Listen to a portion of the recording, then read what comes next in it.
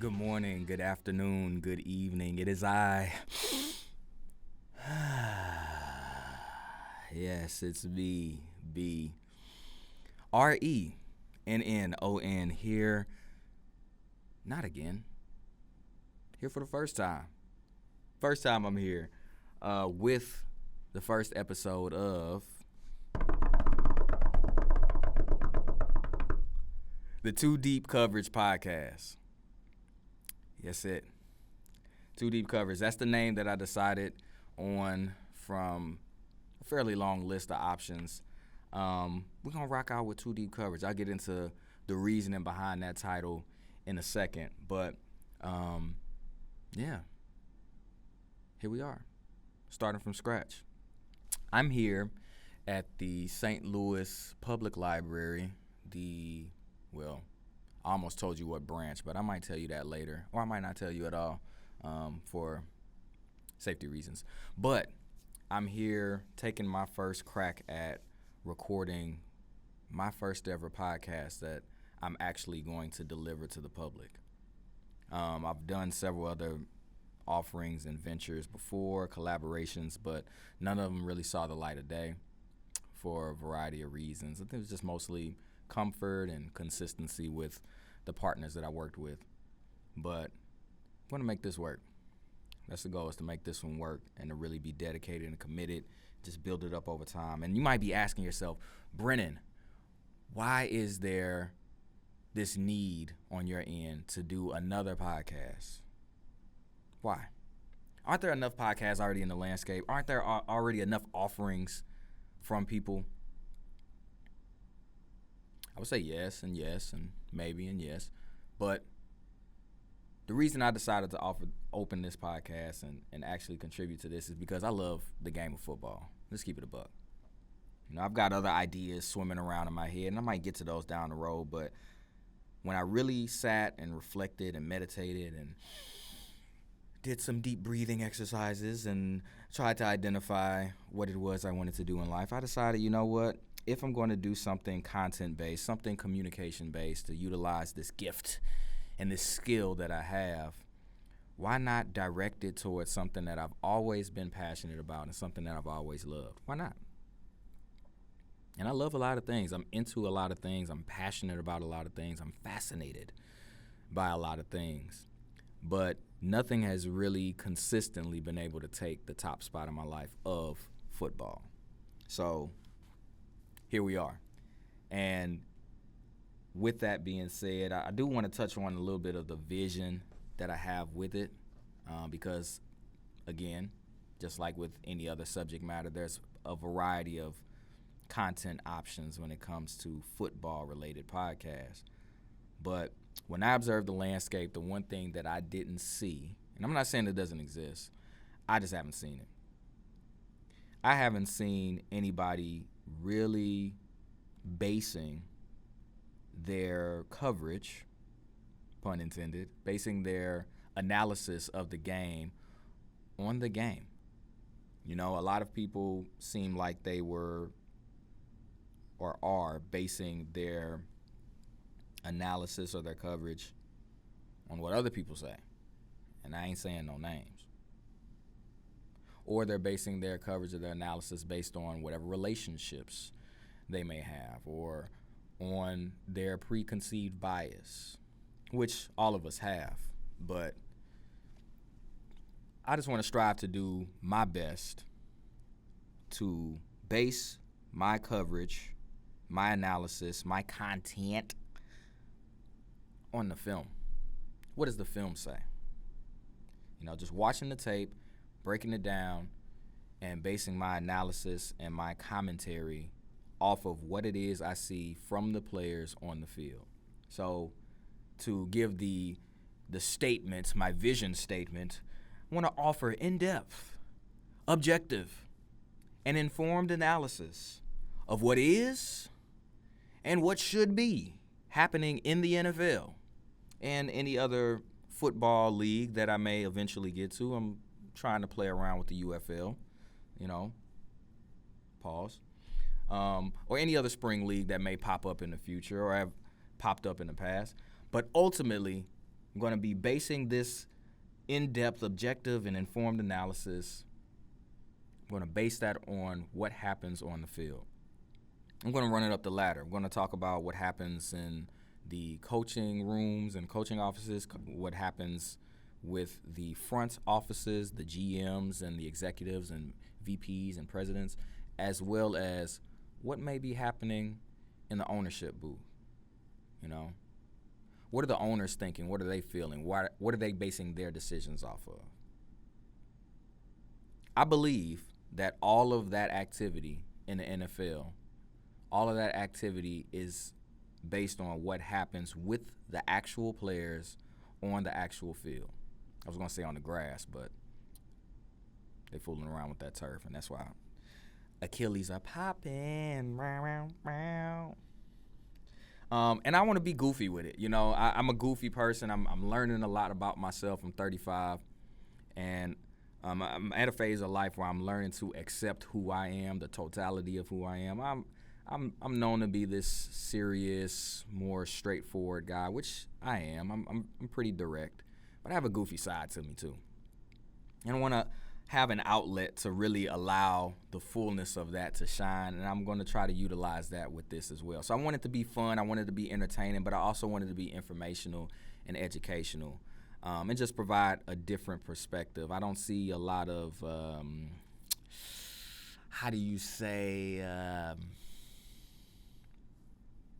flavor.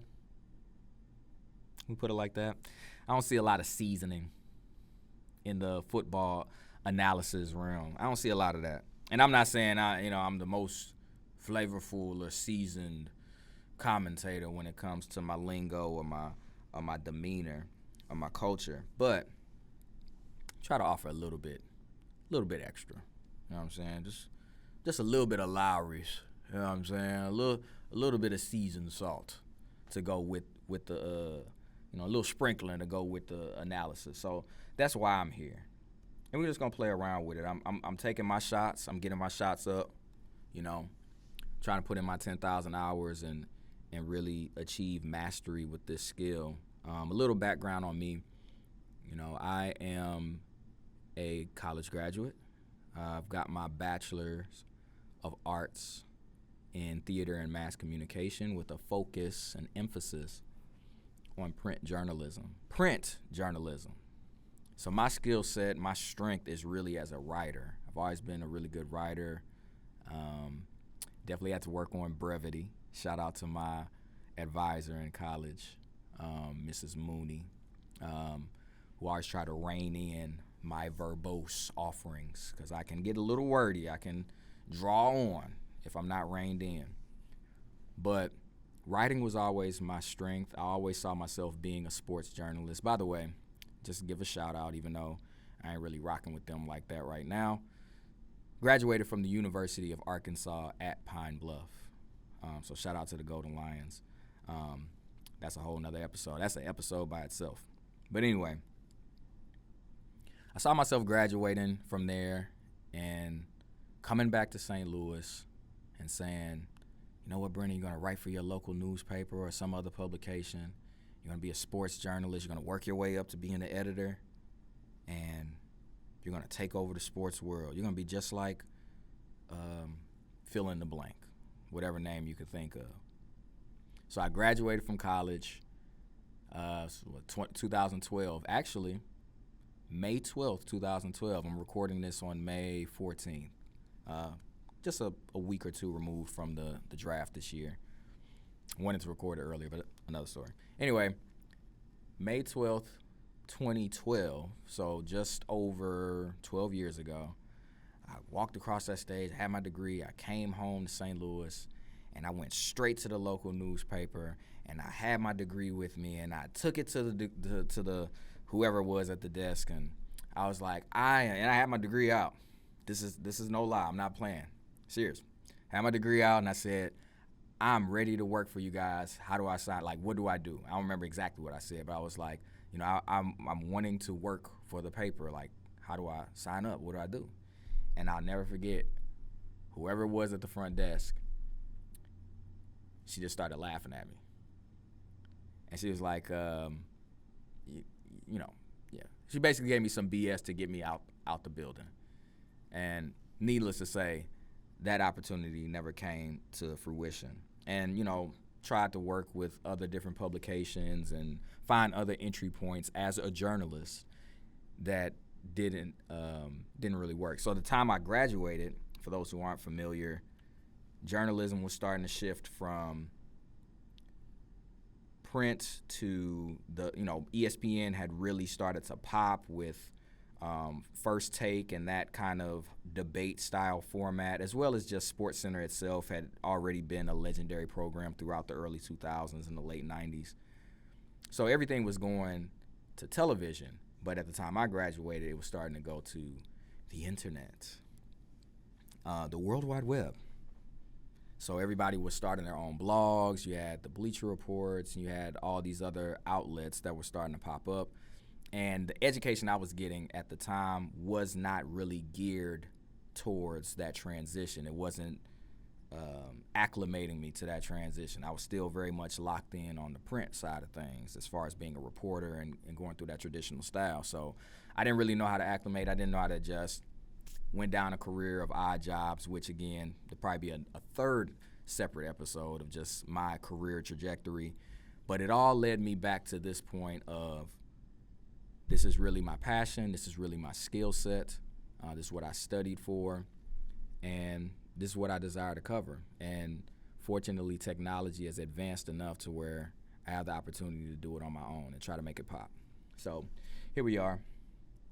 Some of the topics that we're going to touch on, like I said, anything based on the game of football.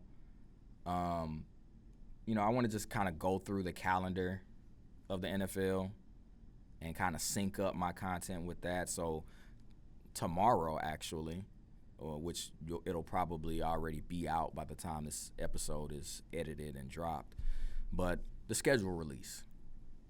Talking through the different matchups and which divisions have to play each other and which top teams are going to clash in what weeks, and just the nuances of that, being able to touch on that based off of the film from last season, based off of what we saw from the Ravens and the Chiefs and the Bills and the Eagles and the whoever else, the Cowboys, and name your team. And, okay, they played like this last year and they finished the season like this, boom, boom, boom. And then we'll eventually get more into OTAs, and we'll get into training camp, and we'll get into the preseason, and then we'll get into the regular season, and then the draft prep, and just the cycle of the calendar. So that's how I'm going to try to sync up my content. I do eventually want to incorporate film into the content. I'm working on to see how we're going to make that happen. So keep your eyes peeled. But I really am grateful to have this platform, Too Deep Coverage. I believe that it is going to be something substantial. I'm not going to say I'm going to be the biggest podcast in the world. That would be nice. That would be nice. That would be lovely. But I'm going to just have fun with it. That's my main goal. Have fun with it and be informational and educational, provide you a perspective that you're not going to get anywhere else. And Too Deep Coverage, by the way, since we're talking about the name, I had a couple of different options since I keep talking about the film. I was like, okay, I want to make it related to the film. How about this? Watch the film.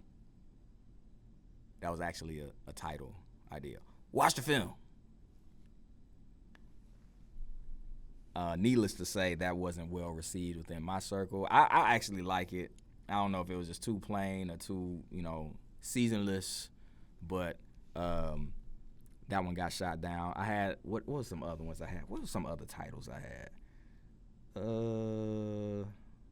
The Point After. I really like that one. I was going to call it the Point After Podcast. No, still might be in the work. We're going to see. We're going to play around with it. Another one I liked was House of Film, like HOF, Hall of Fame, House of Film, HOF. I thought that one was cool. I got a nice little list here. What the Film Say. That was actually another title that I actually wrote down. It's right here. What the Film Say. And then when I did the intro, I was actually going to be, I'm joking. I'm full on joking now. The title is real, but as I'm thinking through it in my head right now, I was gonna be like, "What up, y'all? It's Brennan. Welcome to What the Film Say. Another episode of What the Film Say." Literally the words "What the Film Say." Film don't lie. I like that one. It was a couple different options, but too deep coverage. The meaning of that. So obviously, I played football as a kid, and in high school, shout out to McClure North High School in Florissant, Missouri. Not the McClure North of old, but still in my heart. When I played in high school, our defense ran a cover 2 scheme. So for those who aren't familiar with the game like that, cover 2 is when you have 4 defensive backs, 2 cornerbacks, and 2 safeties. The cornerbacks are closest to the wide receivers. They're closer to the line of scrimmage where the wide receivers on offense are lined up, and they're covering those wide receivers on the corners of the defense, on the far edges of the defense. And then you have your 2 safeties who are usually deeper. They're playing safe to make sure that they protect the end zone from any offensive player trying to get in the end zone. Those 2 safeties are playing deep halves, covering 50% of the field, 1/2 and 1/2. So there are 2 deep safeties playing deep coverage, and then those corners are playing in the flats closer to the line of scrimmage.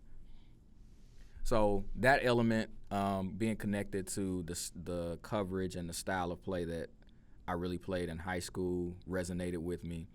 And then I thought, too, about the word coverage just having a dual meaning. Like I was just speaking on as a journalist, being trained in that field and having that skill set and that background, I was like, well, coverage now has a dual meaning because I want the coverage to be deep, pun intended, deeper than most, and the analysis going beyond the surface, as well as the obvious football meaning of coverage. So that was it wasn't that deep, but I thought it was apropos, and I thought it was unique. And then I said, okay, don't use the word 2, use the number 2. So it's number 2 deep coverage. So it still got some kind of flavor to it. But that was that. So I'm just going to try to, like I said, report on the news as it comes to me. I'm going to try to have other series as well. And, just different things that break down, going through the history of the league, going through the trends of the league, whether it comes to play calling and things like that. Let me see. What else did I want to touch on before we hop into this? Because I want to get into the draft recap. One other thing. When it comes to my place on YouTube, because that's going to be my home for the most part, unless some better platform presents itself for monetization or reach for long-form content. I view myself as a rookie.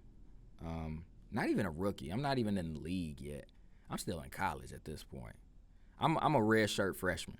How about that?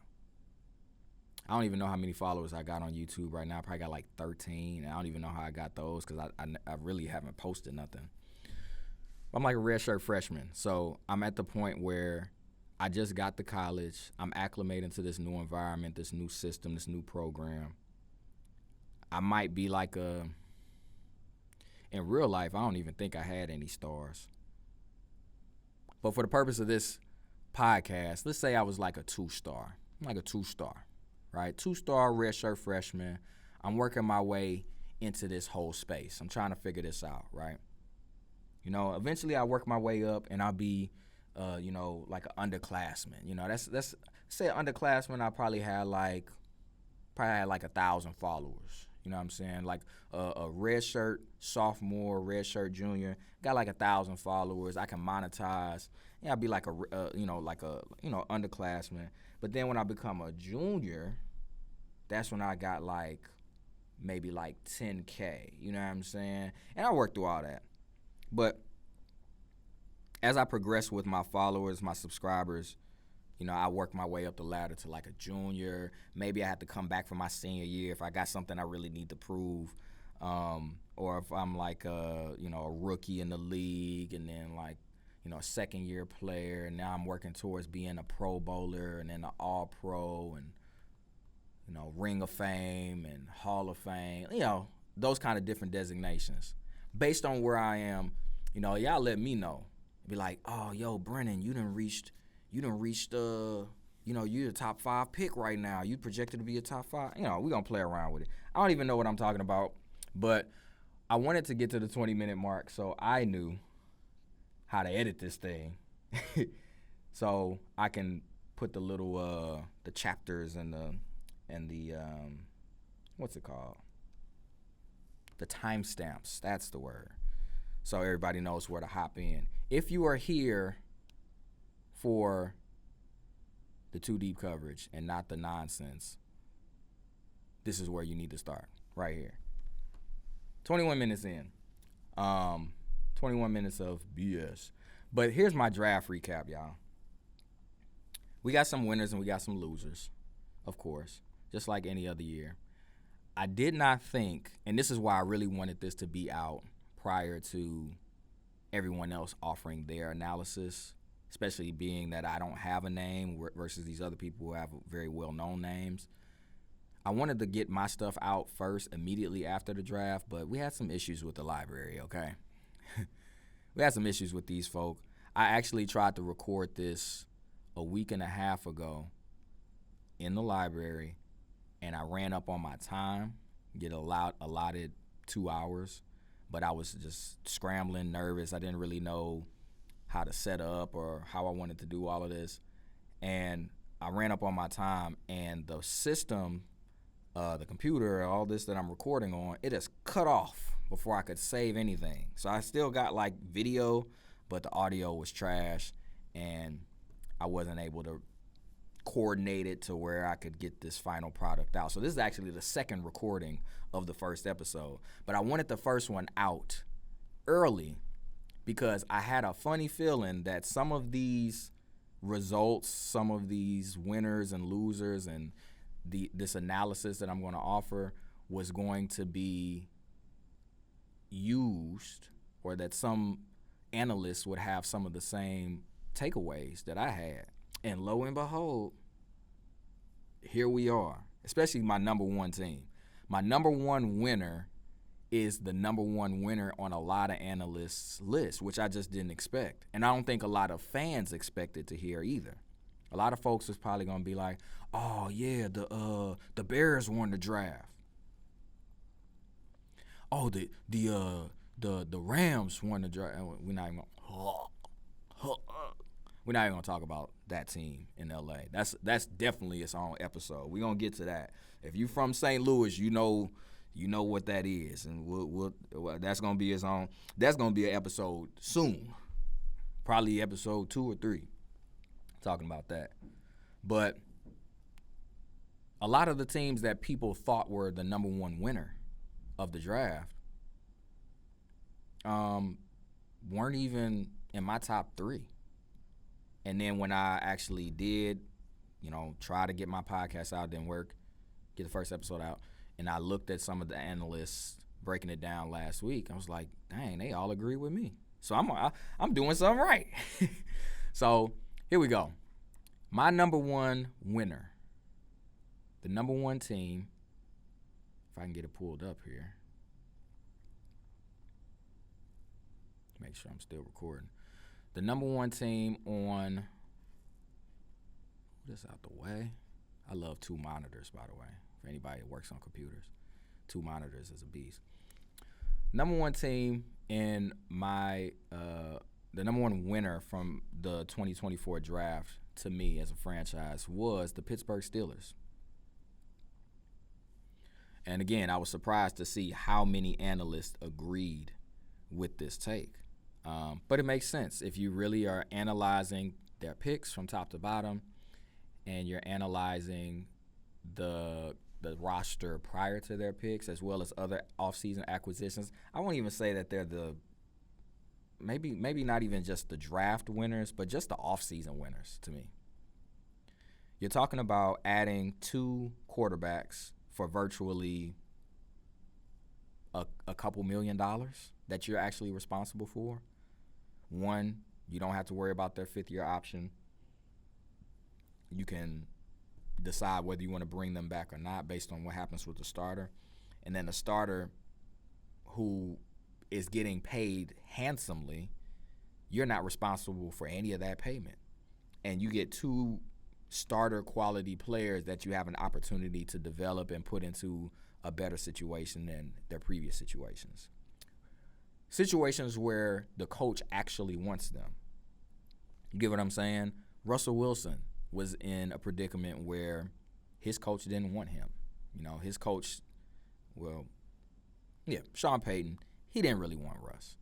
Coming in the door, and that's how it is for most coaches when they're in a new environment, most GMs, they're analyzing the landscape. And if a player isn't like top 10 at their position, unquestioned, they're vulnerable. You know, they can be stricken from the roster. You can knock them out. Like, nah, I ain't really rocking with you. Even if they're a good player, you're not their player. So every GM, every coach, they want to, when they enter a new situation, they want to create that team in their image. And that means even some great players, some Hall of Fame caliber players can be expendable if they're not producing up to that standard at that time, in that season. And I only got that one season audition for that new coach and that new GM. And I think that's what happened with Russ. He knew that, Sean Payton knew that Russ was never his kind of guy. But it's something about Denver. It just appeals to a certain type of coach and a certain type of GM. And I'll just leave it at that. So I just think that when Payton got there, he knew that he was going to have he knew that Russ knew, and he knew that Russ was going to have to play at a top 10 level, like hands down, in order for Russ to stay. And even with that, if Russ had stayed, I think Sean Payton was still going to try to draft his replacement. It is what it is. So Russ is out the door. And then with Justin Fields, the Bears went 7-10 last year, 8-9. They were close to 500 last season and playing some really good football down the stretch as the defense started to get their bearings with Montez Sweat arriving and Cole Kmet started to pop out a little bit more. Justin Fields was running for his life his entire career in Chicago. But nevertheless, even though he was a first-round pick, new GM, new head coach who did not draft him. Neither of those two individuals was connected to the drafting of Justin Fields. So when you get the opportunity to get the number 1 pick, even though you didn't lose your way to the number 1 pick, your roster was already good enough to where you could have continued to develop around Justin. They not going to go down that rabbit hole. They could have continued to develop around Justin Fields instead of dumping him. They could have done all the same things that they did for Caleb Williams for Justin Fields. But again, number 1 overall pick, regardless of how you get it, and you have an opportunity to get this generational talent that everybody says Caleb Williams is, I don't really agree. We'll see. Open to being wrong. But as a GM, you just can't pass on that. You can't trade out of that pick. You can't. If you're not completely sold on the quarterback you currently have, you got to make that pick. So I understand why they did it. But at the same time, they did not invest in Justin Fields to the same extent that they've already invested into Caleb Williams in the offseason. And it's unfortunate. So both of those quarterbacks leave their situations.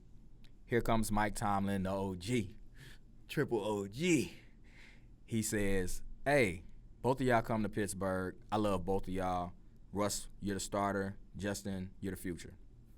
And just directly tells them what it is and tells the rest of us what it is, and I love that. So now everybody knows where they stand. Justin has time to develop. Russ has one last gasp to put the bookend on a Hall of Fame career potentially if he gets back to the playoffs, competes for another championship. And the rest of the roster is pretty much in place. They needed offensive line help. They needed a second receiver since they traded away Deontay Johnson. But the defense was already solid. And yet, Tomlin and co., Omar Khan, shout out to that, because that GM does not get enough credit. They put a lot of pieces in place to fill those holes.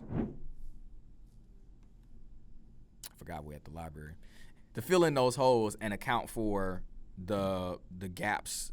I mean, honestly, to me, I think their team overall last season could have overcome a lot of issues with better quarterback play. Kenny Pickett just wasn't the answer. I don't know if – I mean, you know, Tomlin was there for that draft, gave him 2 seasons, 3 seasons, however many years it was there. It just didn't work. I just don't think – maybe he was built to be more in an offense like Tua or Jalen Hurts where – you know, some of your deficiencies can be masked a little bit better with more talent around you. The Steelers didn't rock like that. Najee Harris, he's not the guy at running back. I'm just keep it a buck, and that I'm going off of what the film says. Film in Alabama, film in the pros.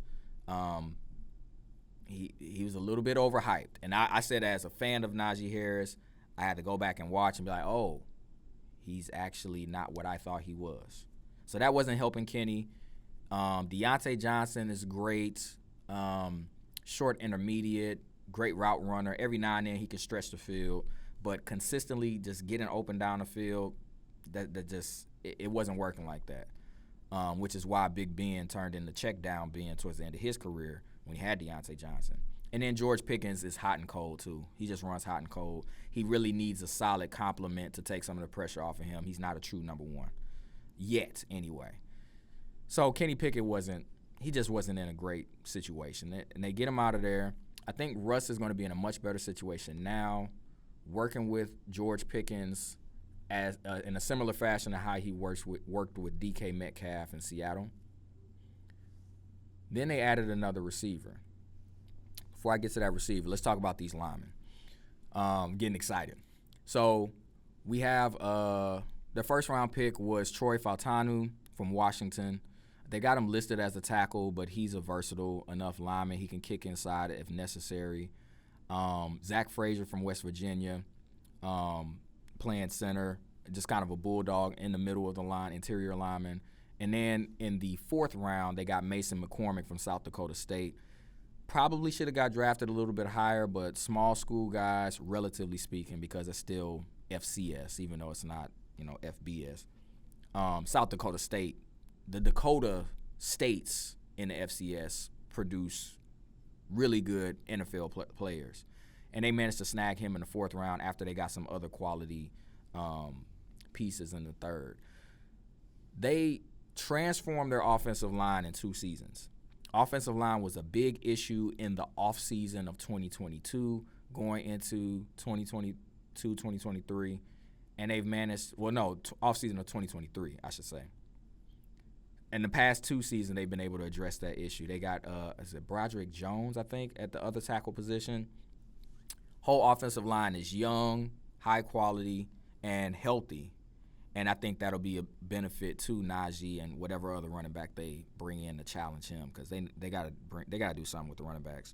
Jaylen Warren, good change of pace guy, but if not the rest of this offseason, definitely next offseason, they're going to move on from Najee Harris. I don't think he's going to have a great year. And it's mostly just because he's just not that he was never a big breakaway guy. He was always meat and potatoes in between the tackles. Good at breaking tackles with his physicality, but he's not a shifty back. He's not an explosive back. And over time and with punishment, because he's had a lot of touches early in his career as well, we're going to start seeing his production diminish a little bit. And it's very similar to what happened with Zeke, even though Zeke popped out his first 2-3 seasons with some great years, especially his rookie year. But it's the same thing. It's the law of diminishing returns. Over the course of time, you take enough punishment, your body's just not going to be able to produce. And you're getting older every year. your body's not going to be able to produce at that same level. And he already wasn't producing at an elite clip outside of his, adding on his receiving production with his rushing production. So all that to say, I think they'll move on from him. However, this will be his best offensive line, talent-wise, that he's worked behind. Not necessarily experience-wise, because he's going to have 2 or 3 rookies starting. But if that line can gel pretty good in this offseason, it's going to be the best line he's worked behind. It's going to definitely help out the quarterbacks. And now you add in the receiver I was talking about earlier, Roman Wilson from Michigan. Very slept-on receiver, and he's a little bit bigger than what I thought he was. If I can bring up his information here, I think he's like 6'1", like 6 even, but he's 192 pounds. So on tape, he looks a lot smaller. Maybe they beefed him up for the combine or for his measurables, but he's almost 200 pounds at 6 feet tall. If you haven't seen somebody 6 feet tall, 200 pounds, that's a solid individual. Regardless of how that weight is distributed. That means he's pretty solid, and he's fast for his size. That's the key. When I was watching his tape, I was thinking, hey, here comes Russell Wilson, and you're giving him another Tyler Lockett type of player. Somebody that can move around the different receiver spots, mostly be in the slot, but with the play-action game or just in a 3 or 4 receiver set, he's going to be the guy that can stretch the defense, take the top off the defense, and try to create some mismatches with his speed. And he's a little bit of a bigger guy, so he could end up working into an outside receiver position over time. He has enough route running savvy, and I don't know about the physicality because I haven't seen too much of him like working in the middle of the field or working against tight coverage. I've just seen him mostly working deep. But that could be a really big sleeper pick for Pittsburgh in the 3rd round to go alongside George Pickens. I don't know who else they got. I forget who else they got at receiver. Who else is on the depth chart?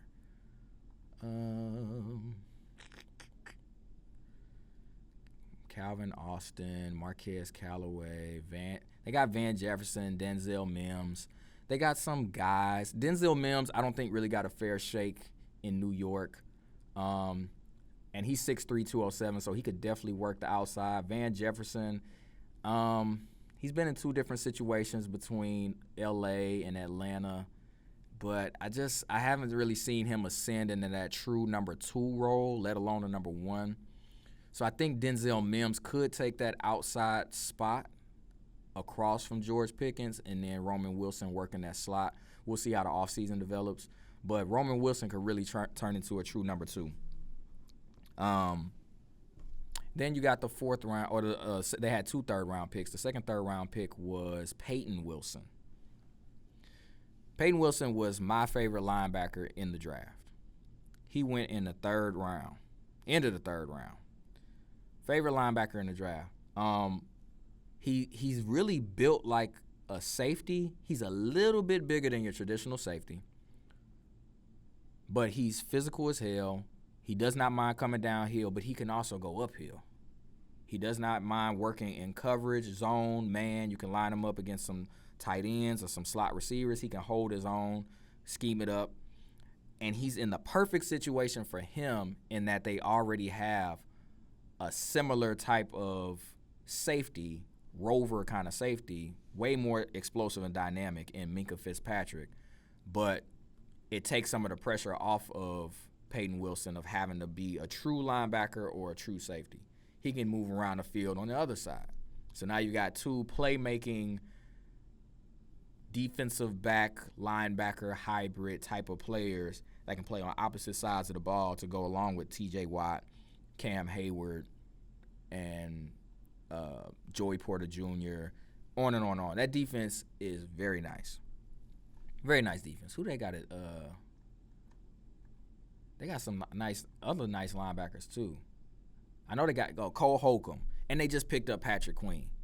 Which Patrick Queen, I think his career was really aided by having Roquan come alongside him in Baltimore. But nevertheless, still a really good player, high quality player, high draft pick. And he's in a great situation. He left a great situation in Baltimore, and he enters a great situation in Pittsburgh. And then you throw Peyton Wilson on top of all of that. That defense is gonna be something else. So I like what Pittsburgh did top to bottom in the draft. Logan Lee at D tackle could be a sleeper. I'm not really too sure about him or how he fits in. He might be something developmental for down the road, for the day Cam Hayward retires, whenever that is. And then Ryan Watts from Texas, another sleeper pick at corner. DBs went very, well, not DBs, but corners and linebackers went way later than I expected in the draft. Linebackers specifically. True traditional interior linebackers, middle linebackers, interior linebackers, not edge rushers that they call linebacker. But those interior guys went much later than I anticipated. And corners went kind of later than I anticipated, too. I don't know if it was because the run of quarterbacks in the first 12 picks of the draft kind of pushed all the DBs down. It seems the most feasible reason. But everything worked in Pittsburgh's favor. They addressed all the needs that they needed to address and got some other complementary pieces to bolster an already solid roster that just was underperforming. I think they won the draft. All right, let's go to my number 2 winner, the silver medalist here.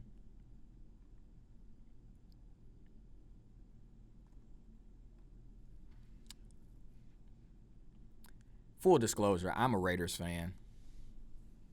So I mentioned that team in LA, and that used to be in St. Louis. I was a fan of that team until they decided to depart. Let me fix this here. Oh, that didn't work. And once they left, so did my fandom also left with them. Better. So then I shifted over to the Silver and Black, joined the Nation. With that said, which is, again, that's part of that team in LA episode, the team's bandwagon I decided to hop on after I did this March Madness style bracket, going through all 32 franchises and what I liked and what I disliked and the history and the momentum and the current roster, the historical roster, the ownership, all the different factors to decide on a team that I wanted to join and stick with for the rest of my life. That team was the Raiders. So with that said, I'm being as objective as I can by saying the number 2 winner of this season's draft, this offseason's draft, 2024, was the Kansas City Chiefs. Hate to say it, especially with them coming off another Super Bowl victory. But they had the second best draft from what I could observe. Anytime you have a quarterback who is already considered one of the greatest of all time, and he's not even, 28? Is he 28 years old? When was he born? 95. He's 28. He'll be 29 in September. Already got 3 Super Bowls, a couple of MVPs, if I'm not mistaken. I think he's got 2. He's got at least 1. Multiple Super Bowl MVPs, 3 Super Bowl wins. Crazy highlights, crazy yards. Outside of Tom Brady, is considered the best quarterback of all time already by many. Why would you allow him to get another quality receiver or a quality receiver? Because he was doing all that without a quality receiver, if we're being honest. Rashee Rice is solid. I loved Rashee Rice coming out of SMU. I thought he, especially as a fantasy football player, shout out to Retroactive Fantasy Football. Got a couple of league openings. If you're interested in playing, we do IDP. We don't do all that play. We play for real. So individual defensive players. If you're interested, I'm going to have a link in the bio below. I digress. But as a fantasy football player, I thought Rashee Rice was going to be a sleeper pick to get late in fantasy drafts, and he was going to produce well, especially as he came along and acclimated to the league, which he did. He did all those things that I expected, but he still just was not. He didn't quite show that true oomph of a number one receiver in the NFL, especially playing with what many consider the GOAT. And now he's got all this off-season stuff going on with the car crash, and he ran from the scene, and 5 people got hurt or whatever is going on with that. It's like, bro, you ain't that good to where you should have been in that kind of situation. You're not that good. You're good. You're good. You're really good. You're better than I've ever been.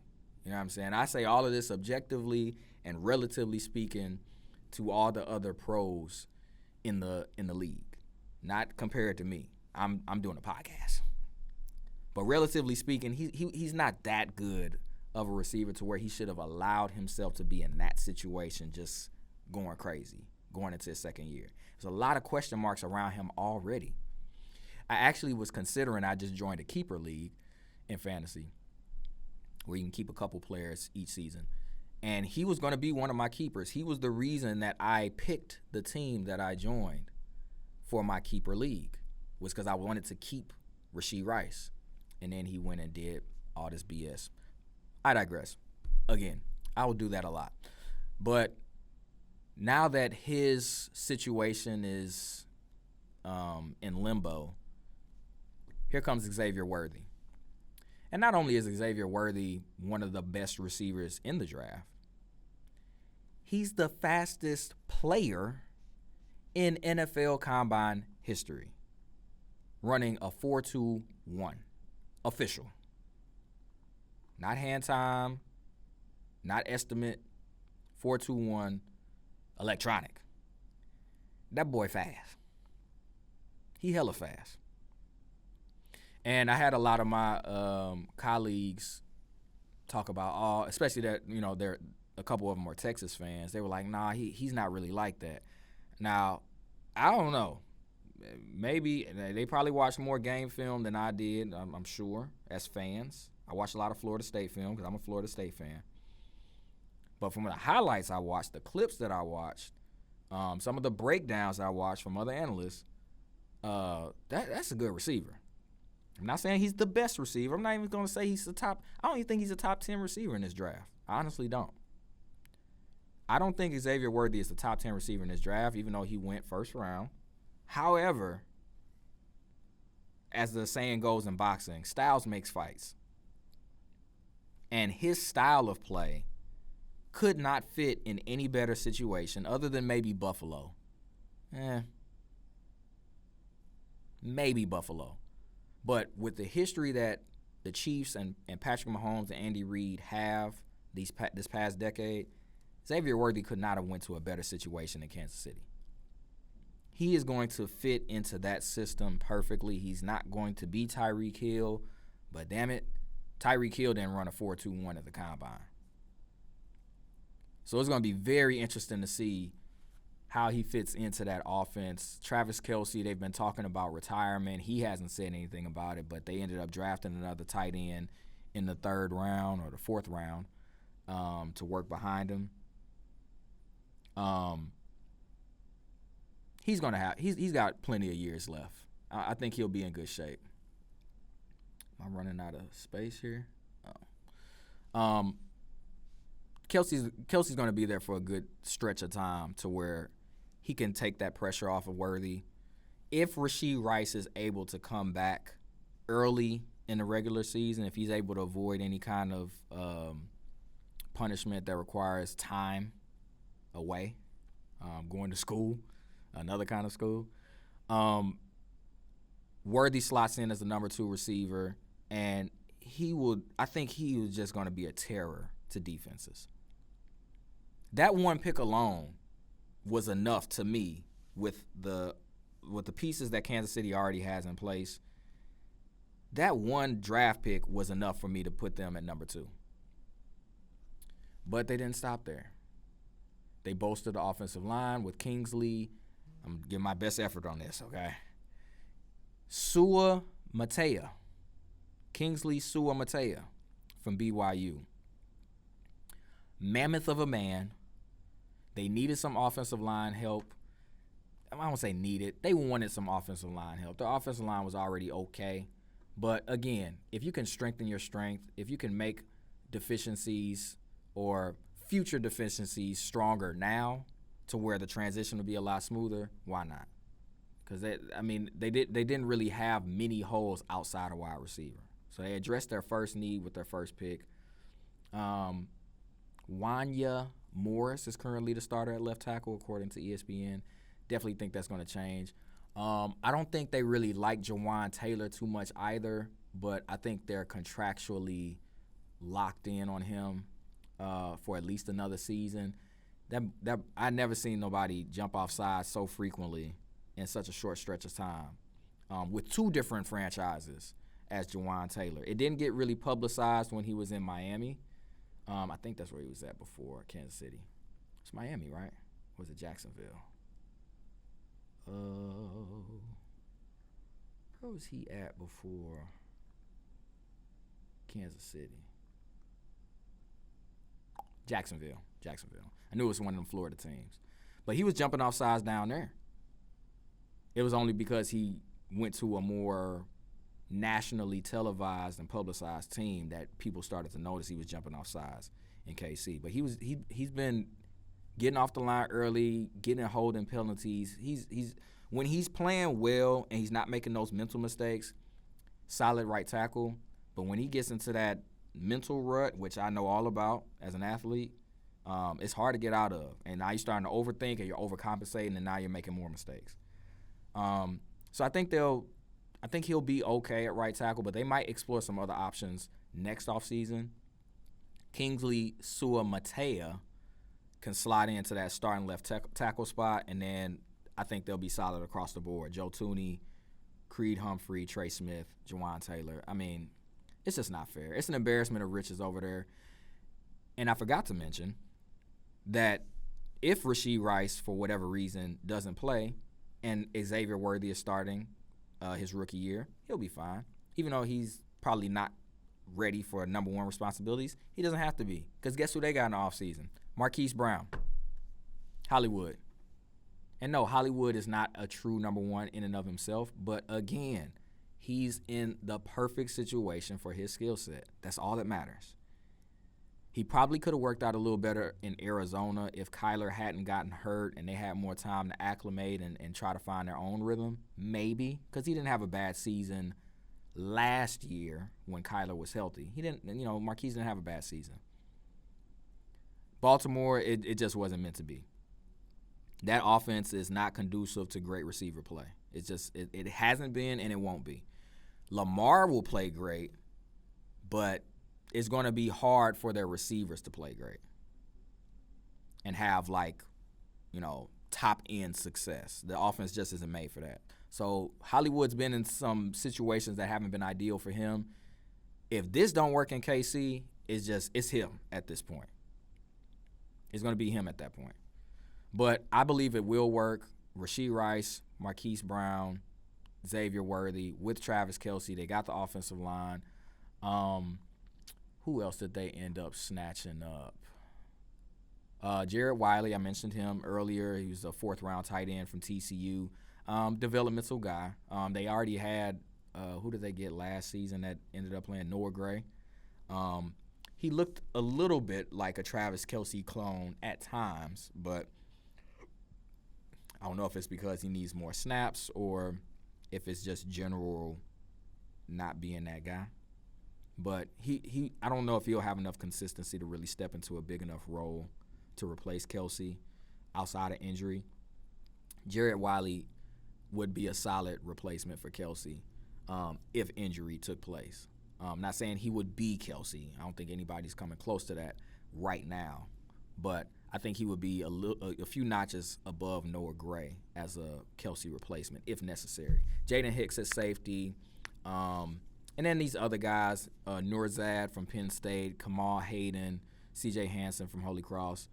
I think those will be guys that can compete for special teams spots and backup spots. You can't get enough offensive line depth, so, getting another center in the guard is good for them. I think they're a little bit lower down on the depth chart, but the DBs that they got, camp bodies. They did lose L'Jarius Sneed, but they got Trent McDuffie playing at a high level last year, so I don't think they'll miss Sneed that much. I think McDuffie actually played a little bit better than Sneed as far as just man coverage and really taking away one side of the field or eliminating one receiver option. Sneed was making a little bit more – he was a little bit more flashy in the playmaking department, but McDuffie was – killing in the coverage department. But you got to make those decisions when it comes to the cap. So they got two other guys at DB. I don't think they'll be factors this season or in the future. But again, smaller draft size as far as success, but enough guys in enough positions to where I would put them number 2. And it's easier to win the draft when you've already got a great roster. You don't have to do as much. You don't have to fill as many holes. So I know some people would be like, well, that's not fair. They didn't have that much. It's one of them things like when you're a winner, you win. No matter how you got to do it. Just like they won last season. People will be like, oh, well, the first Super Bowl, he only won because he had Tyreek. Okay. Well, now he won without Tyreek. Now he won with these receivers, or he won with this injury, or this kind of offensive line. I mean, what else do you want the man to do? Same thing with the draft. Like, they can't control that they got a stacked roster. So if they only need to add 1 or 2 pieces, and they add those 1 or 2 pieces with the picks that they have, how could you not say that they are winning? That's what winners do. They just win. All right. My number 3 pick, and then I'll get into some honorable mentions. We'll just hop right into it because I think I'm running short on time. Try to extend this thing out. My number 3 winner, my bronze medalist of the 2024 draft, Philadelphia Eagles. I think the Eagles were a very similar pick to the Chiefs in terms of already stacked roster, not needing a lot, but needing a little bit more than what the Chiefs needed, and addressing those needs accordingly. The Eagles had some of the worst cornerback play I've seen since I've been watching the NFL and really been following and paying attention to the nuances. Worst defensive back play I've seen in a long time. Their corners was getting cooked like Vienna sausages. All right. I don't know how James Bradbury – let me just look this up. And shout out to James Bradbury, much better player than I could ever think of. You got all the money in the world. You're killing it, bro. Congratulations to you. Much success on your life. But you are a terrible NFL corner. And I don't understand how you keep getting these contracts from these teams to proceed to get cooked the way that you do. You done made it to 30. So he's been in the league for a minute. I'm not trying to hate. I'm going off of what I see on the tape. He's been at least with 3 different teams. Panthers, Giants, Eagles. Been in the league since 2016, and he's been getting cooked on every roster he's been on, and he keeps getting contracts. I don't understand it. He's not a high interception guy. He's only had 4 interceptions once in his career in a season. He's not like forcing turnovers. He's not blitzing off the edge, getting sacks. He's defending passes, double-digit pass defenses every season. But boy, and maybe it's just the way that he gives up catches and just gives up plays. Maybe it's just the manner in which he does it. It makes it seem worse than what it is. It probably doesn't happen that frequently.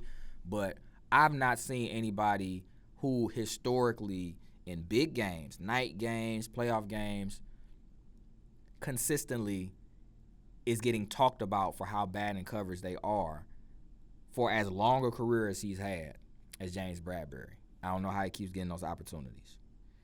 Nevertheless, Philly learned their lesson the hard way because they just fell apart down the stretch last year. I'm not blaming that all on James Bradberry, but that was just the first thing that popped to mind. Eagles had a great run to start the season. A.J. Brown was on a tear. Him and Jalen Hurts were in sync like no other quarterback-receiver duo the first half of the season. Second half of the season, the whole team just disintegrates. I don't want to just blame that on pass coverage, but their defense was getting shredded. Offense really stopped being able to run the ball consistently as well. That connection between A.J. and Jalen started to diminish.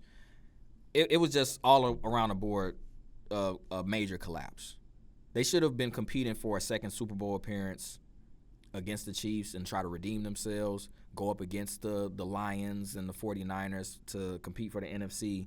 But they looked terrible towards the end of last season. And everybody knew that they were going to lose to the Bucs in the playoffs before the game started, even though they were largely the favorite, and then they lost. It was just very confusing. Very confusing. I don't know if we'll ever figure out what exactly happened with the 2023 Eagles. However, they did a great job of addressing glaring needs. They went 2 corners in the first 2 picks. I think they traded up for Cooper DeJean. I don't know how to pronounce his last name. The white boy. The white corner. First white corner since Jason Sehorn.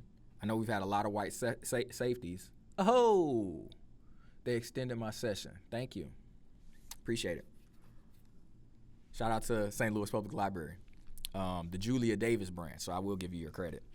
But there have been white safeties in the past 10, 15, 20 years. There has not been a white corner, to my recollection, since Jason Sehorn for the New York Giants, who was a phenomenal athlete, return man, who actually injured himself on a kick return, I think in a preseason, and that ended up wrecking his career. But prior to that, he was a really solid corner.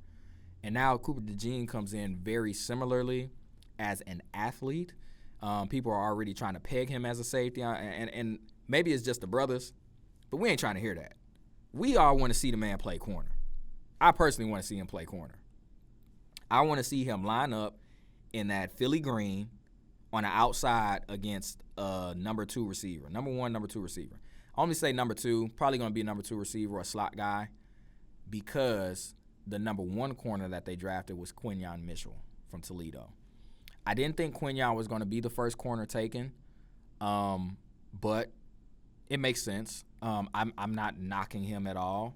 I believe the level of competition and the rawness of his skill set and his ability would have made him a safer second-round pick or low-end first-round pick, which is where he got drafted, low end of the first round. I just didn't think he would be the first. I thought when you had Terrion Mitchell on the board, you had some of these other guys, Nate Wiggins, you got other corner options who were at bigger programs and had to face a little bit higher competition on a regular basis, that they would have went first. But Quinyon reminds me a lot of Dominique Rodgers-Cromartie, if you can think back to when he got drafted out of Tennessee State to the Cardinals. Very lanky, very fluid mover, athletic, speed guy, can be physical, matches up well one-on-one.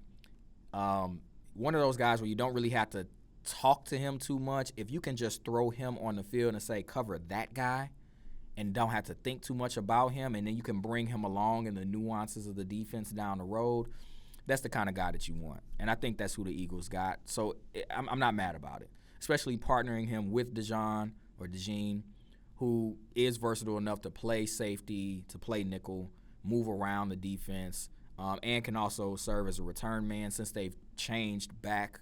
Well, not said changed back, but they've changed the kick return rules to model the XFL. Shout out to the X. The return game is back in play, and he gives you that versatility to serve in various roles. So I think that was a good 1-2 punch for Philly. Strengthen that secondary, which needed a lot of help, at least at the corner spots. The safeties were okay. And that was really all they needed to do for the defense. But then when they who was it that they lost at they lose the edge rusher? Somebody moved, I thought. I can't remember who it was. Nevertheless, I think they got Hassan Reddick. I don't have those notes in front of me. Did they get Hassan? Oh, no, they lost Hassan Reddick. That's who it was. So they lost Hassan Reddick. He went to some other place. The Giants? Hassan went to the Jets. I think he got traded to the Jets, actually. Who's been solid throughout his career in his different locales. I think he spent some time in Arizona, some time in Carolina.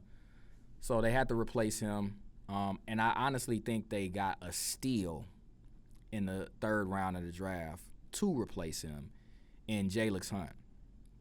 Jalix Hunt, as much as I was just talking about small schools and level of competition, how that can impact your draft stock and confidence in what you can actually do on the next level, because I had never heard of Houston Christian before this draft. I didn't even know that was a school. Nevertheless, if you watch the tape, other edge guys that went higher than him, other edge guys that were rated higher than him, but I'm telling you, this is probably the sleeper of the draft. Jalix Hunt is probably the sleeper of the entire draft of 2024. Big enough, I'll put it like this. If you're old enough to remember, or if you're not, just go back and look. And bias acknowledged as a Raiders fan, Khalil Mack out of Buffalo. Not saying he is Khalil Mack, but I'm saying that same kind of pedigree, small school guy, way overlooked, not paid attention to, and honestly, smaller school than Buffalo. But if you watch that film, you'll be like, oh, my goodness. He's unstoppable. And that's what you're supposed to do when you go to a smaller school. If you're like that and you're really trying to be on the next level, you can't just be another great guy. You got to be dominant. If you're going to like FCS, D2, D3, you got to be like, this dude is the best player in the country on that level in order to get drafted, especially getting drafted that high, because third round is still relatively high to be getting drafted from a school like that. Just go watch pull up Jalix Hunt, Jalyx Hunt, Hunt. Pull up that name and enjoy. And tell them Brennan sent you, BRENNON. All right? And that's all I'll say about that. I don't want to give too much away because, again, I do fantasy football, and I know some of them are going to be watching this. Will Shipley out of Clemson at running back. A great change of pace guy to go alongside Saquon. A 1-2 punch that they've been sorely needing at running back because DeAndre Swift was okay. Miles Sanders was not.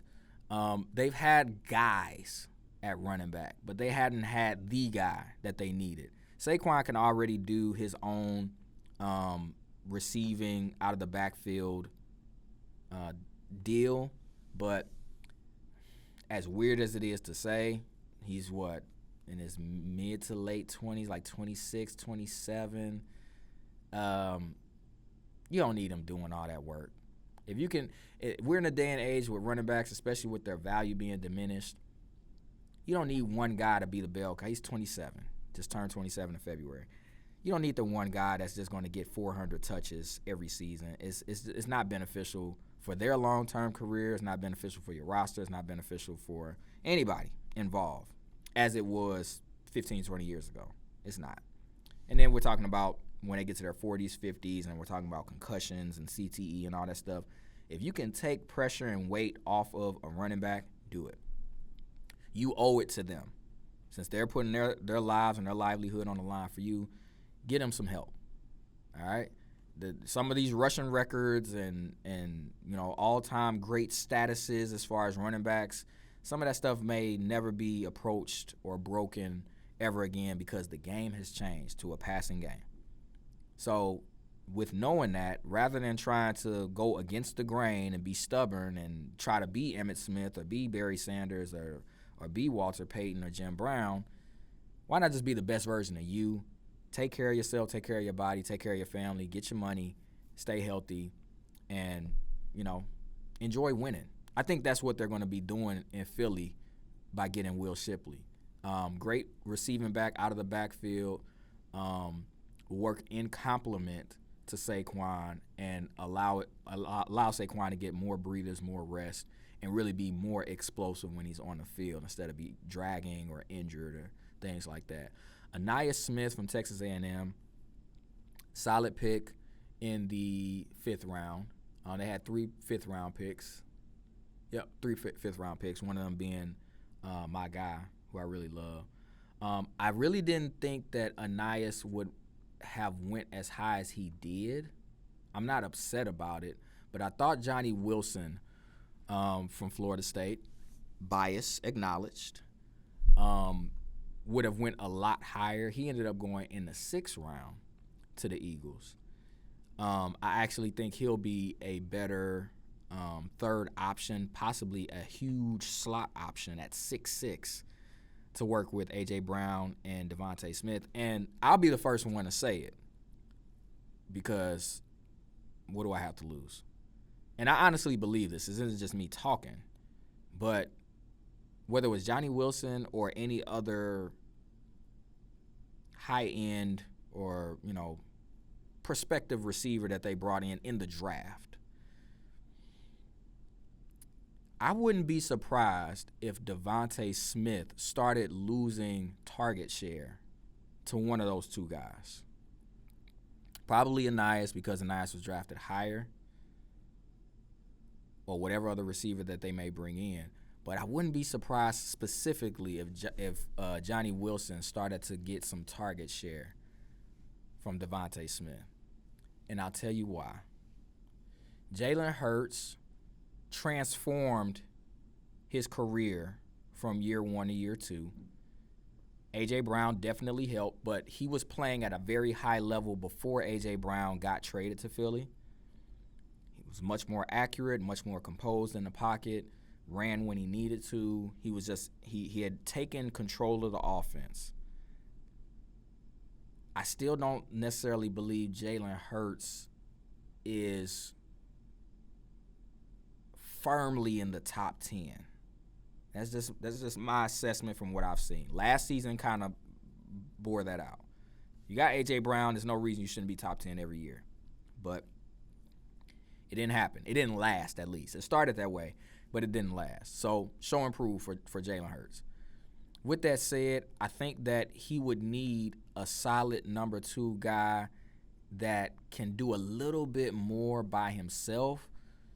Devontae Smith, sure enough, won the Heisman as a receiver, which is a tremendous feat. It doesn't happen often at all. But he's not consistently winning on the outside. Not by himself. And you got A.J. Brown on the other side, and you're still just not consistently winning on the outside and producing on the outside yourself. I think he still got 1,000 yards. But a lot of that was A.J. Brown scraps.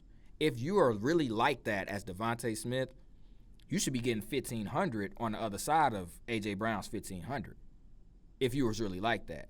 But I think, and it's just my assessment of the entire progression of the Eagles' receiving core, when they drafted Devontae Smith, they thought he was like that, and I think they realized that he was not, which is why they traded for A.J. Brown. Very similar to the Dolphins thinking Waddle was going to be like that, and they then realized, let's go get Tyreek Hill. So it's not like you're getting another compliment to the guy that you drafted. You're getting a much better guy than who you drafted, and you're investing in their contract and paying them the highest contracts in receiving history to go alongside the guy that you drafted.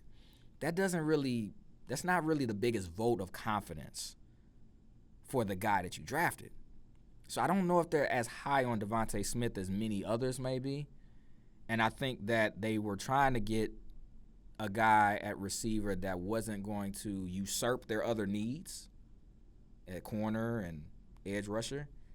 but at the same time, somebody that could eventually develop and turn into a replacement for Devontae Smith. I would not be surprised if that happens. I'm not saying it's going to happen, but I wouldn't be surprised because Johnny Wilson was a much better receiver in college at Florida State than this draft slot gives him credit for in the 6th round. He was making a lot of plays alongside Keon Coleman. And he's 6'6". You can't teach height. So if you got a quarterback that isn't the most athletic and he benefits from knowing he has the confidence of just throwing it up to a guy downfield, why not throw it up to a guy that's 6'6"? We've seen that work with all the Chargers receivers of the past 20 years. We've seen it work with Marcus Colston. We've seen it work with several guys. There's another guy. I didn't want to get stuck there, but I just thought that was a very interesting pick that late in the draft. The fact that Johnny Wilson fell that far because he was high up on a lot of guys' draft boards for like 2 rounds prior to that. And I think he really snuck into a good position. Jeremiah Trotter, part of my fan journey as a kid was the Philadelphia Eagles when they had Donovan McNabb, T.O., Todd Pinkston, Freddie Mitchell, Brian Westbrook, Deuce Staley. What was his name? The tackle. I can't remember his name. It's a white dude. Then go to the defensive side. You had Brian Dawkins, Jeremiah Trotter, Javon Curse. I used to know that entire roster top to bottom. And that was when I really just started playing Madden really heavy. But I watched Jeremiah Trotter, and I used Jeremiah Trotter in Madden to win many championships and many big games against my friends. And I was a big fan of Jeremiah Trotter in that defense. So to see that his son got drafted to the same franchise, it just made all the sense in the world. And I think everybody who's a fan of football wanted that to happen. I'm grateful that it did happen. And he could end up turning into a solid starter for them down the road. They did get Devin White. They got Nakobe Dean, but Nakobe Dean is a little undersized. And Devin White switched teams for a reason. So the opportunity could be there if the front office doesn't want to invest into those 2 options long term. Trotter could step into a starting role. Maybe not this season, but down the road. They didn't draft him in that slot for no reason. It wasn't just a ceremonial draft pick. I don't believe that. I don't. So that's my Eagles wrap-up. I think they addressed a lot of their needs. They needed a cornerback badly. I don't think they needed receiver, but they addressed receiver. ESPN said they need receiver. Maybe behind their top 2 guys. I don't think it was their number 2 need. They definitely needed offensive line help, and they did not get any offensive linemen of note. They did get 2 guys late in the draft, Trevor Keegan at guard, Dylan McMahon at center from NC State. But I don't know if those guys will contribute that early. They're going to serve backup roles, and obviously you can't have enough offensive line depth. The starting offensive line isn't bad. I guess depth is what they were more so speaking on. Adding Mekhi Becton at tackle was really beneficial for them. And Matt Hennessy is a solid backup guard. So McMahon and Keegan just adds to the depth. I figure they'll probably sign some other offensive linemen before the start of the season as backups.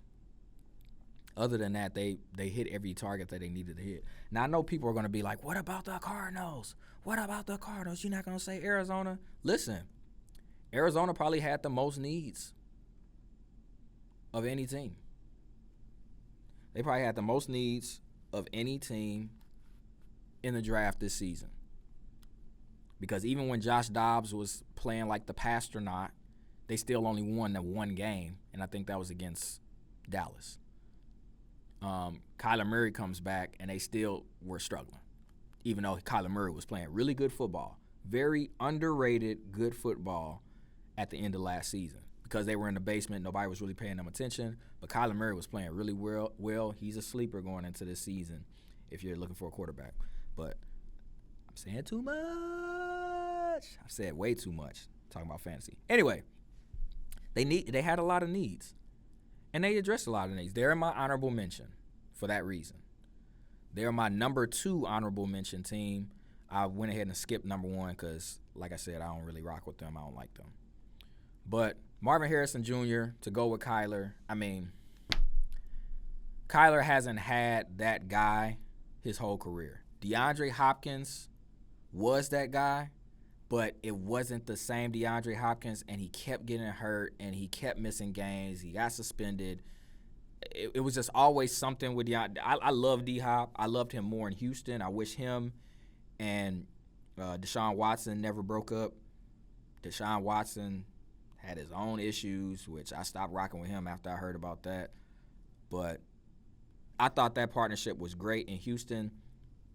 It just didn't work in Arizona consistently. It was a lot of flashes, but it wasn't a reliable connection like what Kyler Murray needed it to be.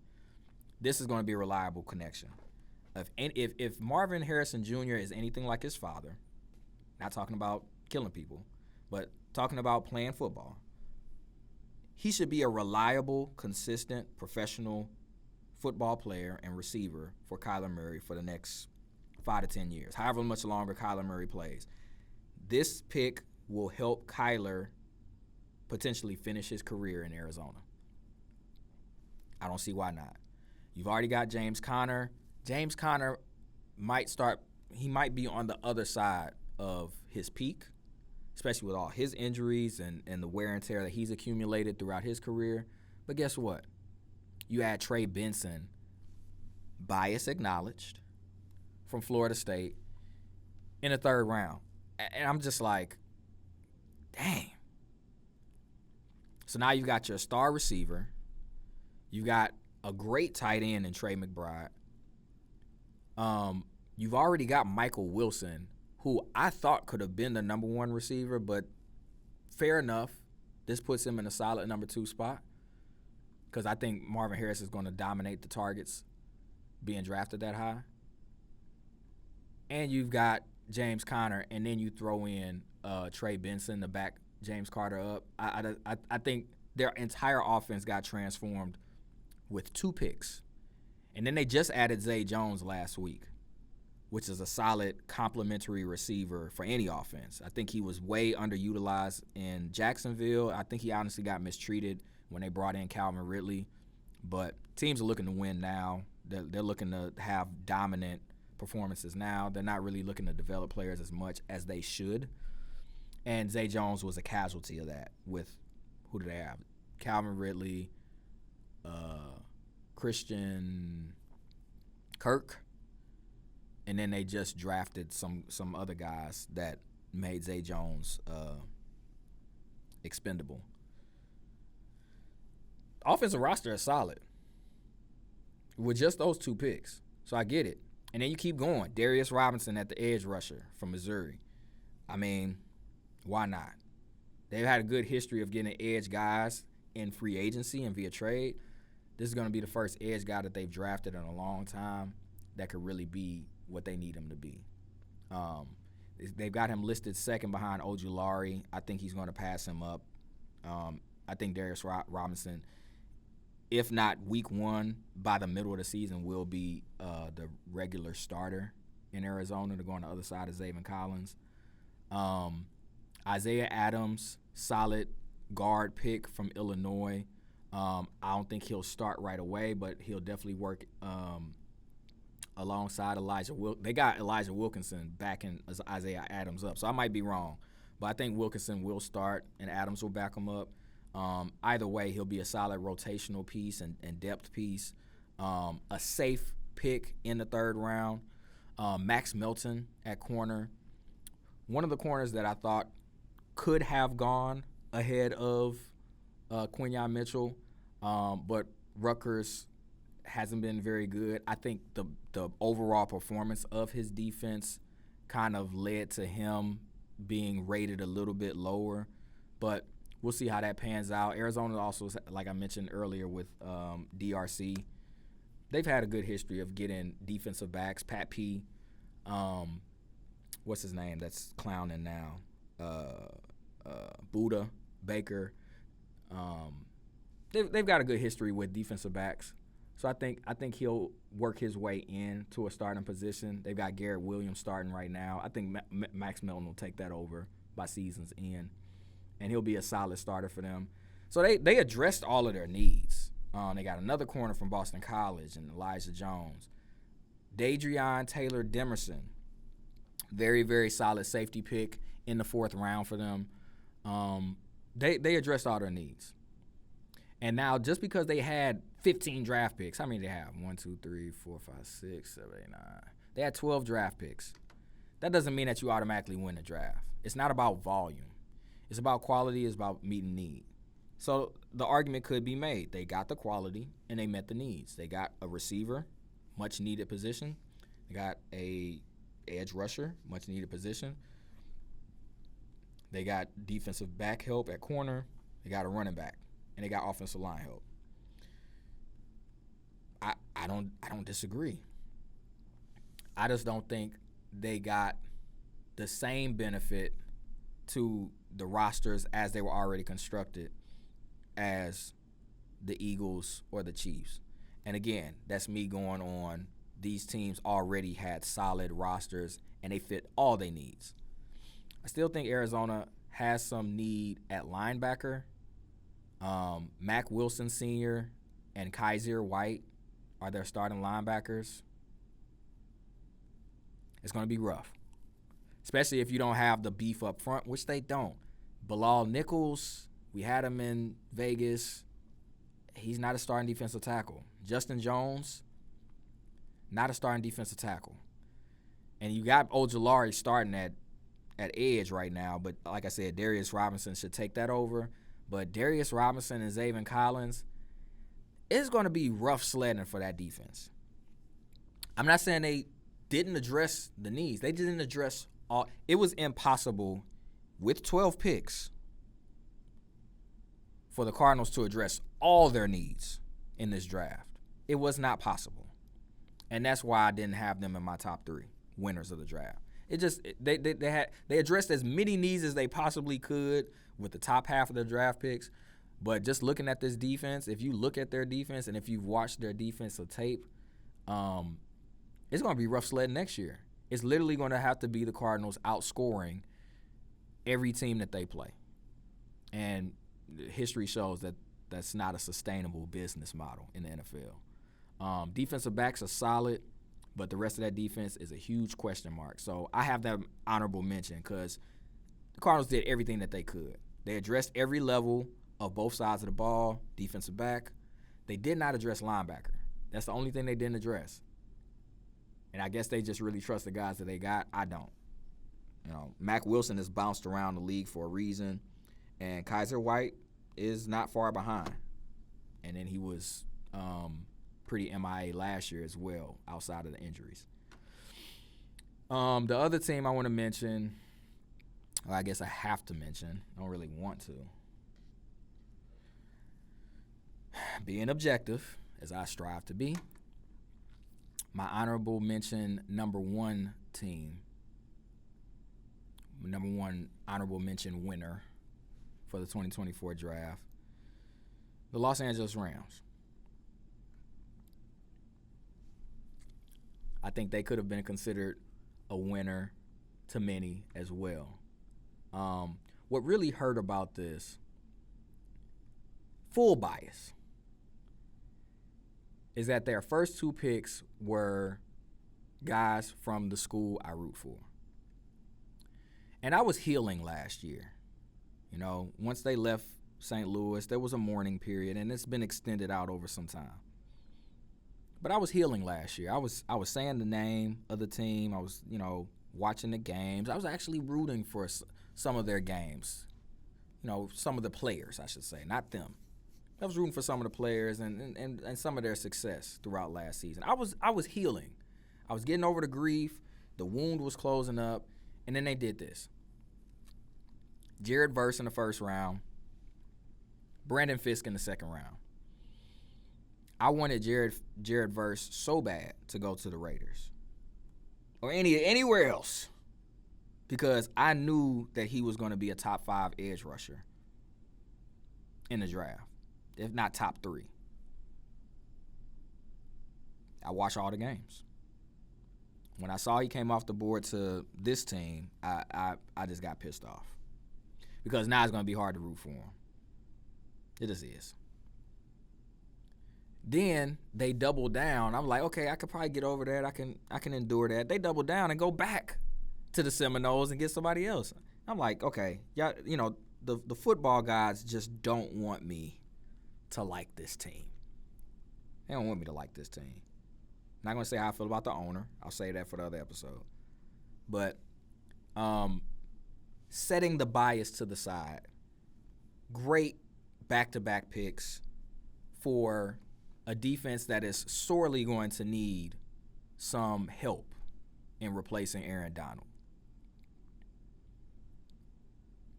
Those two players were wrecking shop all season last year.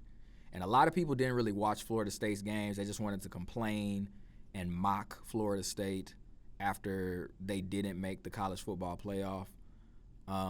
But there was a reason that they still went undefeated after Jordan Travis got hurt. And it was guys like these two on the defense.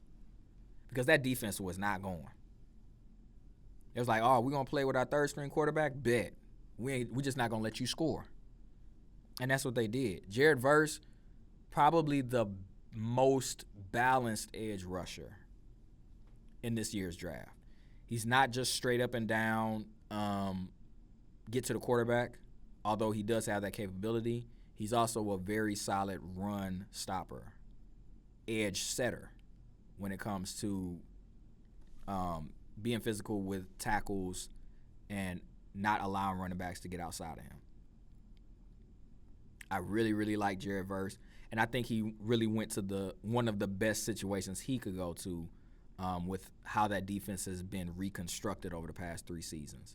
Braden Fisk is not going to be Aaron Donald at all, but he's going to be a great fill in that defensive tackle spot to go next to Byron Young and Kobe Turner.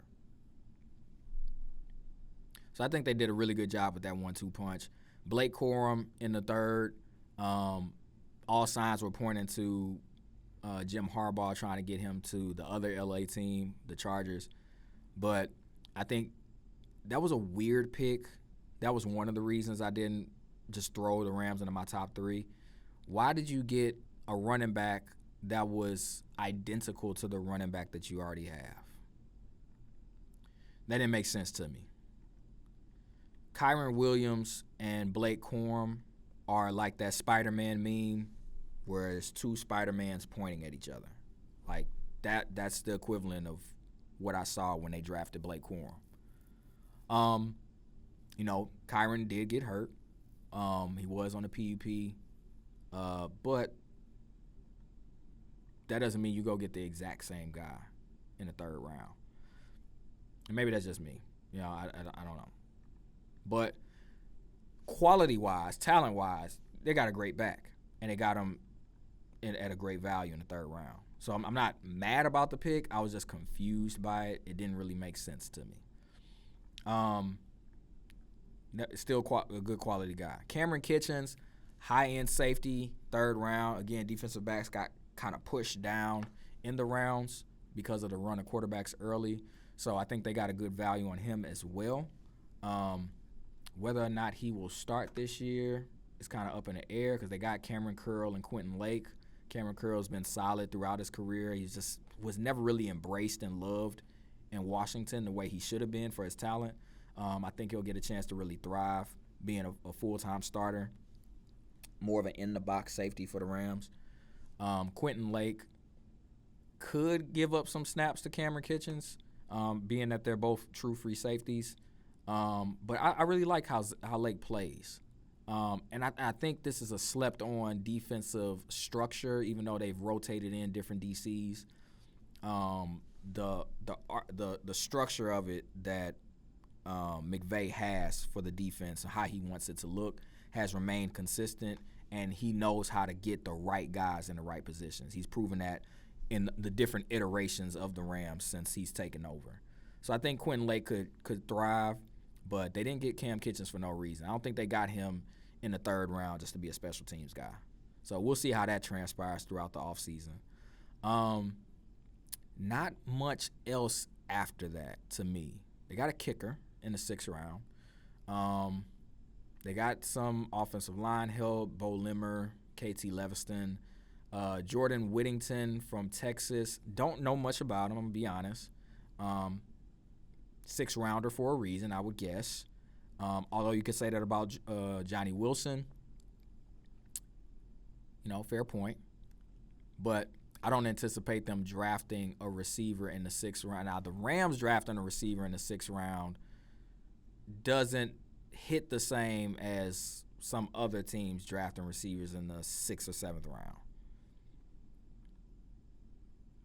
But I could always be wrong because they got Puka in the 5th round last year, the 4th round last year? 5th round, late in the 5th round. So it'd be interesting. I had to look a little bit more into Jordan Whittington and learn more about him. There's another Brennan to mention, Brennan Jackson, different spelling, from Washington State, edge rusher. I definitely don't think he's going to get much run, but he'll definitely be in a rotation, play a rotational role. The team is solid. It's a solid team. I thoroughly enjoyed that Ravens game that they played last year. That was when I was like, okay, I really like this iteration of the Rams, even though I still hate the franchise with all my soul. I like what they did, bringing Puka along and how he popped out. I think he just was slept on throughout his draft process, even though he popped out at the Combine. They added Demarcus Robinson, or kept Demarcus Robinson, I should say. Their front 7 is really, really solid, especially with those 2 pieces they added for the offensive line. And I think my phone is going to die, so I'm going to have to wrap this up. But, yeah. I think they did a solid job in the draft. I give them number 1 honorable mention, but I don't think they had better drafts than any of those top 3 winners that I had in the Eagles, the Chiefs, or the Steelers. All right. The losers of the draft. There's really only one loser of the draft, if I'm being honest. There's 2 teams that had some head-scratching choices. But the only real loser, if we're being honest, was the Falcons. But it's not for the reason that everybody's saying. Everybody said, oh, well, why did you get a quarterback that you traded up for, or that you got in the top 10? They didn't trade, but you got him in the top 10, and you just traded for a quarterback and got whatever. Listen.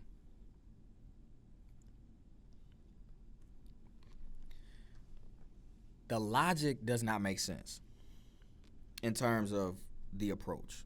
It doesn't.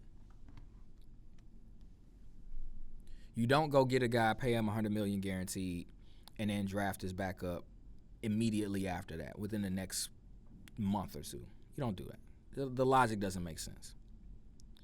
However, the end result of the logic is that you have reliability. That's the end result of the logic. The actual logic doesn't make sense. It doesn't. But the end result of the logic is you've got the present and you got the future. That's the end result of the logic,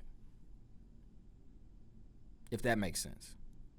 So I'm not disregarding the logic. I agree. It doesn't make logical sense, but the end result is you got your bona fide starter who you've invested heavily into as your starter.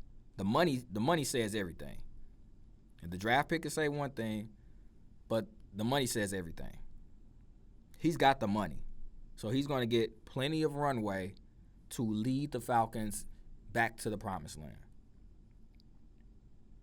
And, not but, and whenever that time comes for him to transition, for whatever reason, injury, age, bad performance, you've got the future right there.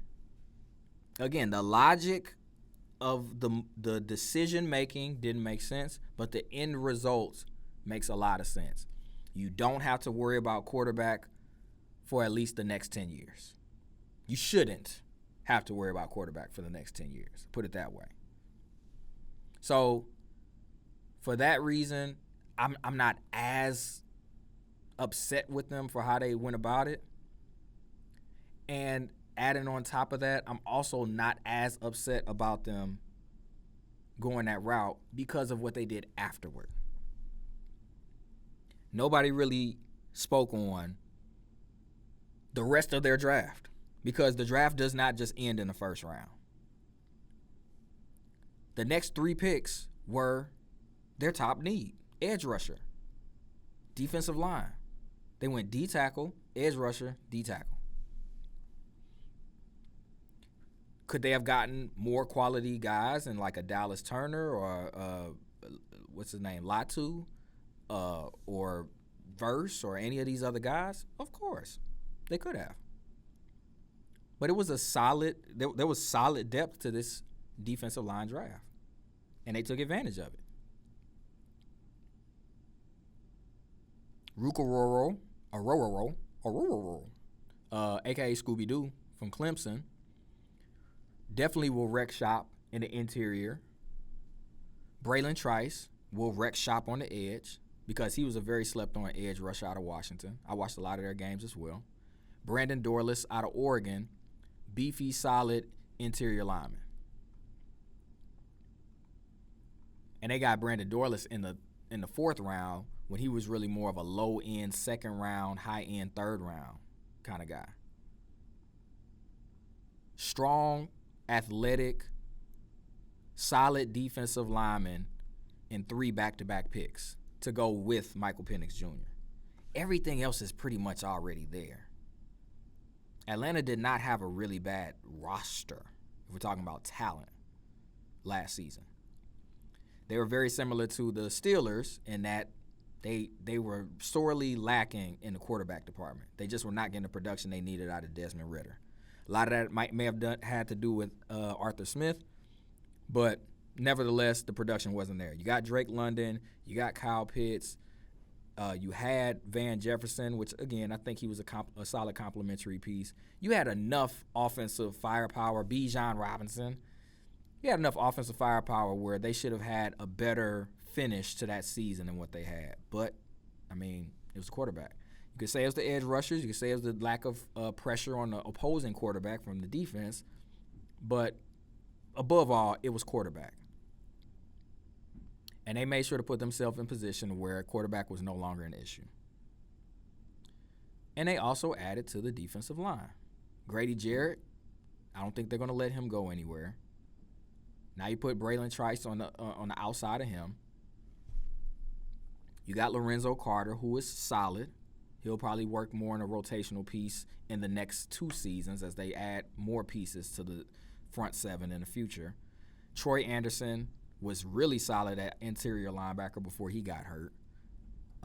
Nate Landman did a great job of filling in. Caden Ellis is solid. So the front 7 isn't great on the defensive side, but they're solid. And the defensive backs are really good between A.J. Terrell and Jesse Bates. So I think they did a decent job of addressing their needs. Very unconventional. I don't think any of us would have done it. I wouldn't have done it that way. I wouldn't have even thought to do it that way. But I think it could still work out in their favor. With all that being said, they still lost the draft. Because every other team, all the other 31 teams, did what they needed to do to address needs appropriately. I think the Falcons addressed needs, but I think because they did it in an unconventional fashion, they didn't necessarily optimize the needs that they addressed. They didn't make the best picks that they possibly could have made. I had Denver at number 2 in my loser list. I don't trust Bo Nix. I think Bo Nix is another example of styles make fights, going to the perfect situation for his skill set. One, your coach wants you. I talked earlier about how Sean Payton didn't want Russell Wilson. He wanted Bo Nix badly because he just I guess he just sees Drew Brees, a more athletic version of Drew Brees. So although that's not necessarily what I would have picked or what I saw as value, I actually think Spencer Rattler is a better quarterback than Bo Nix. That's what Sean Payton likes. So belief has a lot to do with success. You got somebody that believes in you and is going to invest in you in that way, it might work out. But I think that was just a terrible start. Not a terrible start, but it was a rocky start to an already bad situation in Denver with them letting Russ go the way that they did and being in cap purgatory the way that they are. Jonah Ellis, getting him in the third round, I don't think that moves the needle for their defense. Getting Troy Franklin to go with Bo Nix, he'll have to work behind Cortland Sutton. They did let Jerry Jeudy go, so there is a chance that I'll pull up their roster. There's a chance that he could get some spin relatively early, but Marvin Mims is still there. They did sign Josh Reynolds, who's been highly productive with the Lions. Franklin might not just get that much spin out the gate. So, fourth-round receiver, questionable. I didn't think they did. Now, Audric Estime, I think that's how you pronounce his last name, from Notre Dame, the running back. I thought that was a solid depth piece to go behind Javonte Williams. And he might usurp Samaje Perine as a backup. I think he's an underrated running back. Chris Abrams-Draine from Missouri. I think he'll be a solid depth piece at corner as well with Levi Wallace and Pat Surtain. But none of these picks really inspired confidence. I still think they attempted to address needs in a more conventional, safe fashion than the Falcons did. So I've slightly put them above the Falcons in terms of, draft success. But I don't know. I think it's just going to come down to production for the guys they already got because they don't have a bad roster. Adam Troutman, he was really supposed to be a little bit more for New Orleans and now in Denver. He's battled with injury. Greg Dulcich has battled with injury at tight end. Tight end was a big part of Sean Payton's offense in New Orleans. Got Jonathan Cooper, Baron Browning on the edges. John Franklin Myers left the Jets to come to Denver. Zach Allen. It's you got recognizable names. And they didn't play terrible last year, especially as Russ started cooking and basically said, F the offense, I'm going to do this my way. I don't know. They're just in a weird spot. And I'm not mad about it as a Raiders fan. But they're in a very weird spot. So they didn't completely lose the draft, but I think they could have done they could have done a little bit better with some of the picks that they got. And finally, my number 3 loser was the Minnesota Vikings. I'm willing to be completely wrong on J.J. McCarthy.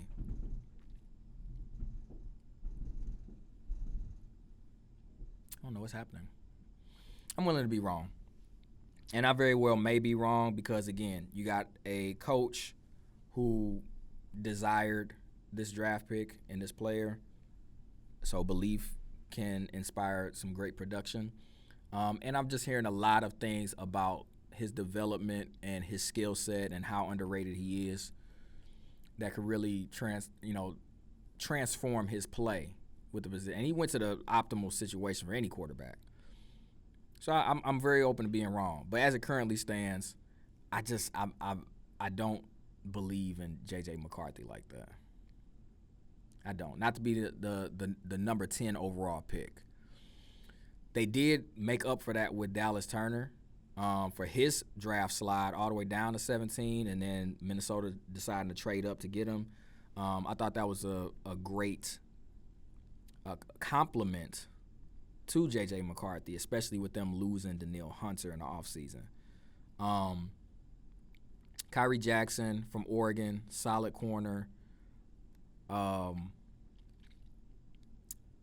After that, it just seemed like dart throws. Walter Rouse from Oklahoma, a tackle. They got a kicker in Richard from Alabama. Michael Juergens from Wake Forest. Levi Drake Rodriguez, Texas A&M Commerce. It just seemed like they were just kind of throwing darts at the board at that point. Kyrie Jackson could really be a solid starter for them. I don't know about this season, maybe down the road. But Dallas Turner was like really the only bright spot for their draft to me. J.J. McCarthy could put them on the other side of the winner-loser bracket or the winner-loser line. But he would have to pop out this season like balling. I don't even know if he's going to start. I'm on the Sam Darnold bandwagon. I believe Sam Darnold got a raw deal in New York. I believe when he got to Carolina, he showed his skill set and how he could play in a solid system, and elevated from that when he went to San Francisco and got to play in spots with Brock Purdy getting hurt. So I think Sam Darnold, any quarterback would love to be in a situation that the quarterbacks in Minnesota are in. So now that you got Now that you've got Sam Darnold there, and if he is locked in to be the starter, it's his job to lose. I don't see him messing that up, being able to throw to Justin Jefferson and Jordan Addison. And T.J. Hockenson, healthy. I think he's going to kill it. But that's not Minnesota's guy. So he's got a very short leash. They're turning the lights off on me. So I'm going to go ahead and wrap this up. Who was I trying to pull up? Kyrie Jackson. Ooh, they got him fourth on the depth chart behind Josh Metellus, Andrew Booth, Shaq Griffin. Yeah. So they drafted him in the third round to be fourth on the depth chart. I don't know about that one. But Kyrie's a bigger guy, 6'4", cornerback. We see how that worked in Seattle. We see how that's worked in other locales. It'll be interesting to see how they develop him, if they develop him, if he ends up shifting to safety or outside backer, rover kind of guy. But, again, didn't really move the needle. J.J. McCarthy is kind of the wild card for their draft to determine how good that class could be. I don't see much else coming from the rest of them. Dallas Turner, I think, is going to be really, really good in that defense with, what's his name? The guy from Miami. Defensive coordinator. Golly, I just had his name on my brain. Y'all know what I'm talking about. Also thought there was some interesting and smart drafts from some other teams. I'll get to that in the next episode. I'm coming up on 2 hours, which I don't anticipate that being my normal length of time. But I appreciate you rocking it. If you've gotten this far, if you've hung out with me for this long, I had my second camera done cut off. The lights was going on and off. If you've rocked with me throughout this almost 2-hour first episode of the Too Deep Coverage podcast, I appreciate you. I do. Even if you just had me in your headphones, you weren't watching me doing all this gesticulation with my hands and facial expressions and all that, I appreciate you. And hopefully this will be the first of many, many, many, many more episodes to come. I'm going to continue to add and build on this foundation, especially as we get into the rest of the offseason. Like I said, the schedule release and OTAs and training camp and more trades and free agents and off-season, off-the-field issues and whatever else may come. I plan on addressing all of that and rocking with you as you rock with me. So I don't have an official outro. I guess that's something I have to add to the to-do list, come up with an outro to get out of the podcast. But I thank you for listening to the Too Deep Coverage Podcast, episode 1. Please like, comment, and subscribe. Share it with your friends. And until next time, peace.